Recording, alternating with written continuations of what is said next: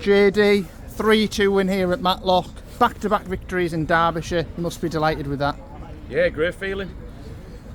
Really tough place to come. Really tough team to beat, and made it really hard for us. I think we were good though. I think we deserved the win. I think we could have got a couple more. But when you're travelling as far as this to come away with 3 points against a team like this at this point of the season is massive. Yeah, scrapping down there. They went ahead early on. How did you keep your heads when you went down to that quick fire goal?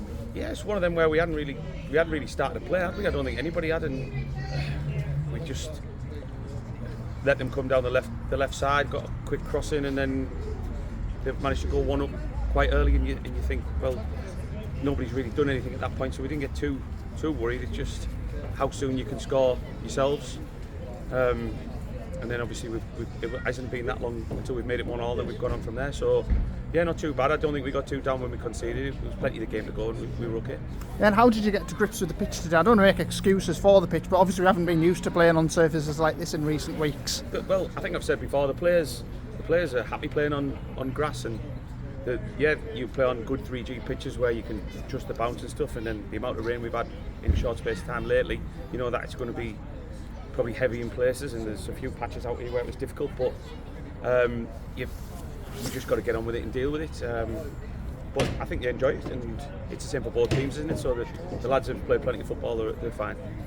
And a goal for Josh Scott, a brace for Michael Sweet, two of our strikers getting on the score sheet for the first time in quite a while. Yeah. A boost for them.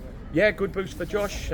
Really important goal at an important time, and then Sweety's having an unbelievable season for goals, and his second was a great move and an unbelievable strike. Really, he's just technically just hit that perfectly, and deserves everything he gets. So yeah, it gives them both a boost and just keeps us pushing in the right direction, doesn't it?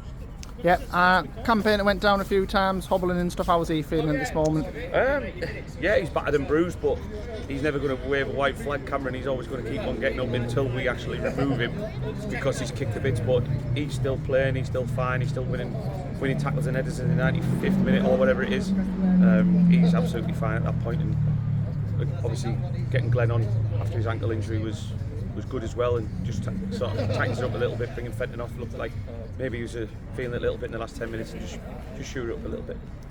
And we've done quite well without Addy in, but Addy Nicholson's going to come back, the captain, for next week's game against Basford. Yeah, I think one of the things that shows as well is we've changed a couple of things around. We pushed King into midfield and put Bagsy right back, and then Owen Gallagher's doing really well at left back. He's been excellent this season. He hasn't whinged at anything.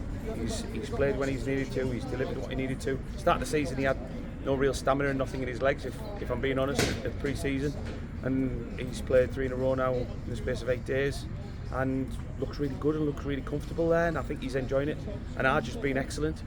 Arj has probably got better and better by having a little run of games. So the presence and the all-round presence, heading ability, and everything that Addy gives you, it's hard to replace that.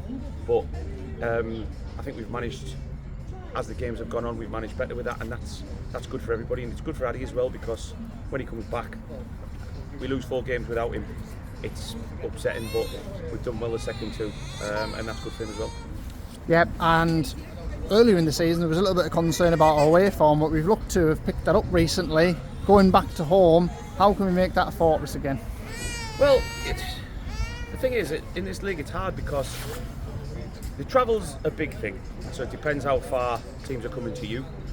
But what we've said is that teams are fighting for everything at this point. You've got a lot of teams that are trying to stay in the league, and they don't really care who they're playing against. They're going to push for every point they can get. So we've got no divine right to win any game, whether it's home or away. Yeah, we're good at home because our fans push us, and having a crowd of between 750 and 1,000 is massive for us, which a lot of teams in this league don't get anywhere near that, and that's a big extra. So hopefully a week today we can push that 1,000, and that'll help push us on a little bit. But we played Basford, and they were a really tough team to play against. They commit a lot of bodies forward. They play in a way that not a lot of teams do, and the position that they're in the league, they're going to be fighting for every point as well. So our overall form at home's good, but teams are good on 3Gs as well because there's that many of them in this league. So you've got no divine right to just turn up and play. We've got to be on our game, whether it's home or away. But we look forward to being back at home next week.